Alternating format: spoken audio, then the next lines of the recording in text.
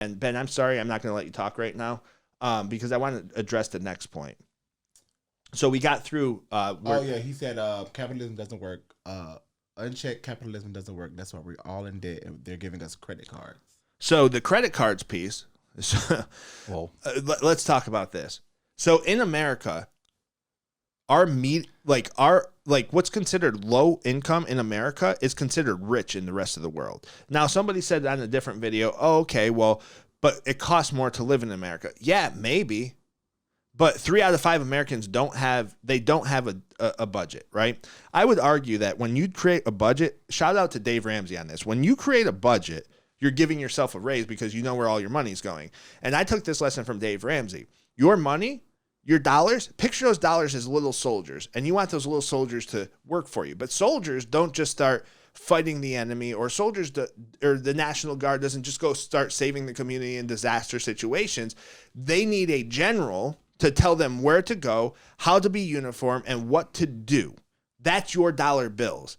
So if you have a credit card, that's on you. If you spent on that credit card, that's on you. I'm sitting in the room with somebody who, to me, has shown he's extremely disciplined. I actually talked to Liz about this, who is now working 2 jobs. And not because we don't pay him enough, but because he's trying to develop discipline and do some different things. He borrowed a book from me. He's trying to better his life, quit alcohol. Not that he had a drinking problem, but he's being disciplined. Couldn't be more proud of that person. You're being disciplined. Couldn't be more proud of you. I'm being disciplined. Still not proud of myself because that would take away from who I am. I beat myself up, but we're being more disciplined and we're trying to better our lives. You have a credit card because you choose to have a credit card. You could go get a second job, pay off the debt. And I'm not saying that's why Donovan's doing it. I don't know. But you could pay off the debt, put yourself in a better economic situation. You could do that, but you're choosing not to. You're choosing to have nobody's forcing you to get a credit card. You don't have a credit card because capitalism doesn't work. You have a credit card because you wanted to spend and you didn't want to think about the future, period. Like, there are more jobs available now and a less of an unemployment rate. And granted, they aren't all full-time jobs. Jerome Powell said it himself. We talked about it earlier. There's less full-time jobs, but there's more jobs. So you could pick up a job to better your situation. Right. You could pick up a second job to maybe buy a home eventually. You could pick up a second job to put 20% down payment. Dude, like when I first started in this industry, we made nothing. We made like $15 an hour, which was like, and that was a 40-hour-a-week job plus sometimes overtime, but we didn't get paid overtime because we were temp workers. Do you remember I used to umpire? Yeah. I used to umpire. I would umpire 10-hour days on Saturdays and Sundays so that we could buy an investment property. I don't want to hear this shit about capitalism doesn't work. Capitalism doesn't work if you're fucking lazy. Because guess what? That's why the number one argument for communism, socialism, or the community runs this or that or the other thing is the lazy person saying, I want to ride the backs of somebody else. In a capitalistic society, a true one, which America is not, I was about to say, yeah, you would go and work your butt off and you would be successful. And you would be as successful as hard as it was that you worked. Now, you do need checks and balances. You don't want child labor. You don't want businesses forcing people to work 60, 70, 80 hours a week. It should be optional if they want to do that and the work's available, but they shouldn't have to. So there needs to be checks and balances. So to sit here and say that we have credit cards because capitalism doesn't work and America's failing, I would be willing to bet that person is a Chinese bot. Well, Chinese robot commenting on our video. That takes me back to the comment you made. You in one of the videos you said, "Stop counting other people's monies." Yeah, man, and stop counting their pockets in your mom's basement. Yeah, I mean, like you said, get up and work. Pretty much, get up and work. And shout out to Donovan, man. I don't mean to bring your personal stuff on, but I'm proud of you what you're doing. So, and like the last comment says, currency isn't real money. There's actually a few comments saying that we should step away from like money and like go into digital dollars. Go to digital dollars? No. Why? Why would we do that? I mean, the CBDCs, the central bank digital currencies, maybe they're talking about something that's more decentralized like Bitcoin. I believe in Bitcoin. I think Bitcoin's good, but I don't think you want everything all in one place. And I definitely do not think that we should have central bank digital currencies. Do you really want the government and everybody to know where every single dollar's going? If you think it's hard to live in the society now, imagine if the government passes a law saying you have to pay 50% in taxes, 60% in taxes, and then everything's digital and they can just take it from you. That's taxation without representation at its finest, right? Right. So I'm confused by the comment too, because he said currency isn't real, that we should go to. Currency isn't real. I agree It's with not, that. but does that not go to the same with cryptocurrency? Like that's even less real. I don't think so. So hear me out on this. So let's address the currency isn't real. I don't think we should go to digital currencies. I disagree with that. Not 100% anyways. I think that they should be an option and you should be able to have Bitcoin. What's real is something that there's a demand for. There's a demand for the American dollar, so that is real, right? That creates the value for it. It used to be backed by gold. It's no longer backed by gold. It's backed by petro, which is petroleum oil. It's the petrodollar is what I call it now. But that's actually going to take a hit because China's in negotiations with a bunch of different places trying to get with Russia, and I forget what they're calling themselves in some of the South American countries and Saudi Arabia, who's supposed to be a part Venezuela. And Venezuela. But anyways, long story short, they're trying to get oil trading done in the yuan, which is the Chinese dollar, which would be bad for the American dollar.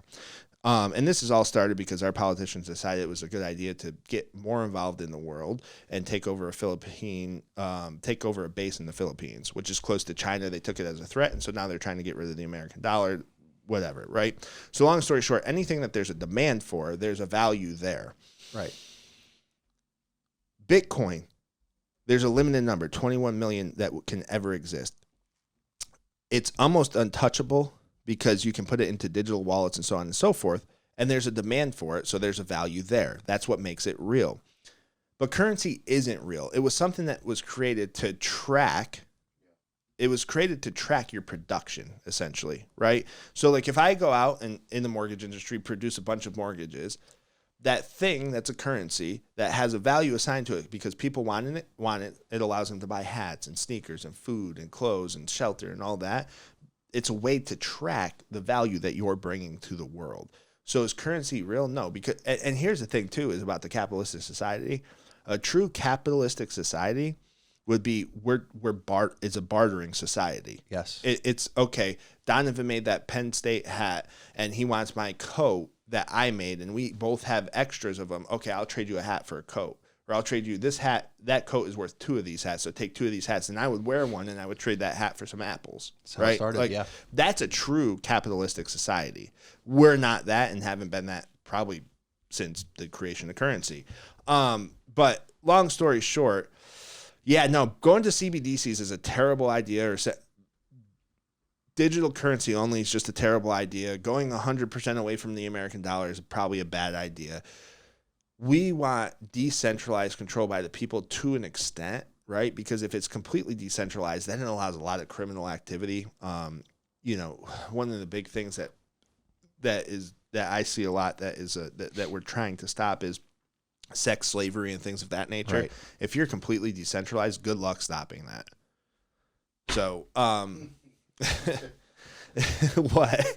No, I agree. I mean, he did say in the comment, only gold and silver have retained purchasing power. I agree with that. Silver's rose too. It's higher up, but Yeah. they have retained purchasing power. That's true. Sure. I agree with shit, that. man. But we can't all walk around with a bag of gold. Yeah, We'd be like pirates. No, but I think what he's saying is, but the dollar goes back to the gold. Ching.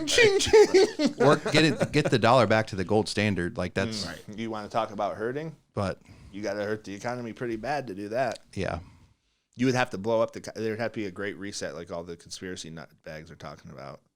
Well, Because that's a super complicated thing. But to get back to the gold standard, you essentially have to destroy a bunch of dollars. So you would have to take a bunch of dollars out of circulation. And if they're taking the dollars, I'm pretty sure they're not taking it from themselves. They're going to take it from us. Right. So, yeah. Yeah, I mean, for the most part, because someone else even commented the same thing. It said, the most American thing you can do right now is abandon the dollar, take the money printing away from the government. But That's the Boston Tea Party modern day, baby. 2.0. 2.0. No taxation, even with representation, right? But I will say this, like I would contribute my fair share. the share that I felt was fair enough to provide my local community with roads and police force and fire departments and sewers and all of that. And we would have to look at the budget. Absolutely. And we would stop inflating the budgets, right? So there would be a lot less people who were part of the government bureaucracy that were taking $80,000 to $100,000 salary. Imagine if you got rid of all the dead weight in the government and made it efficient like a business, how much money you would save. That's a whole other topic about outsourcing all that, but I think you should privatize it. yeah. But don't tell anyone that. That is a more controversial statement than people realize. Privatize parts of the government. I don't understand how it's controversial. I mean, look at the DMV. Who enjoys going to the DMV? Like, it is miserable. You're there for hours, and it's something that doesn't need to be like that. Like, how easy is it to improve that? And how many people they have there work? Like, it's so inefficient.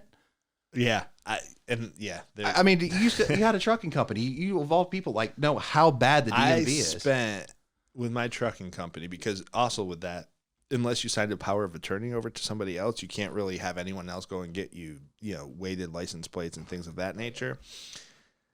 I probably spent the first year the year that Liz and I were engaged, right before we got married, I probably spent 50% of the time at the DMV. Because I was buying trucks, putting trailers, all that good stuff. And you just spend so much time in it. And every time you show up, they tell you need something different. So even when you show up with the full package, you're like, the other person's like, oh, no, well, we actually need this too. I'm like, well, she didn't make me have that too for the same style truck, same weight, same everything. So now I'm running back out. And guess what? They don't save your spot in line. You just have to start all over. And thank God I'm out of the trucking industry. That was fun. Any more comments? I love these comments. This is my favorite part. No, that was about it for that video. We'll probably do some more for the next podcast for sure. Cool. Ben, do you have any questions for me? No.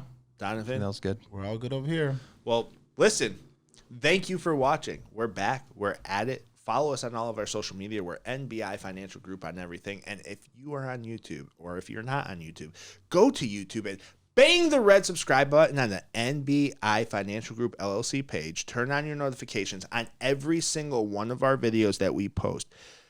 Comment. Ask us a question.